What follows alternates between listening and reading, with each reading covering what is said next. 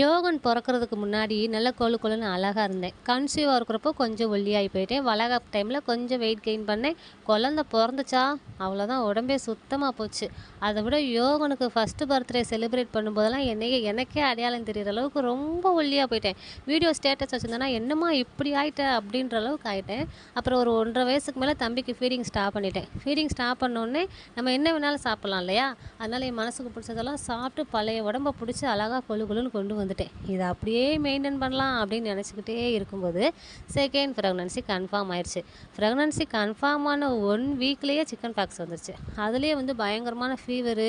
அந்த டைமில் கூலிங்காக ரொம்ப சாப்பிட்டு நல்லா சளி பிடிச்சிக்கிருச்சு. சோறை பார்த்தா சுத்தமாக பிடிக்கல, நான்வெஜ்ஜை பார்த்தா அதை விட பிடிக்கவே இல்லை. 3 மாதம் ஆச்சு நான்வெஜ்ஜு சாப்பிட்டே, அந்தளவுக்கு பிடிக்கவே இல்லை. என்னோடய ஆல் டைம் ஃபேவரேட் இந்த எலுமிச்சம்பழம் ஜூஸு, 2 இட்லி, அரை தோசை, அதுக்கு மேலே ஏதாவது குழம்பு நல்லா இருக்குது அப்படின்னு நல்லா வயிற்றுக்கு சாப்பிட்டேன்னா அது உள்ளேயும் போகாமல் வெளியிலையும் வராமல் நெஞ்சுக்குள்ளேயே நின்றுக்கிட்டு ஒரு மாதிரி இருக்குமா, ரொம்ப கஷ்டமாக இருக்குது. இந்த நிலைமை எப்போ தான் மாறுமோன்னு இருக்குது எனக்கு.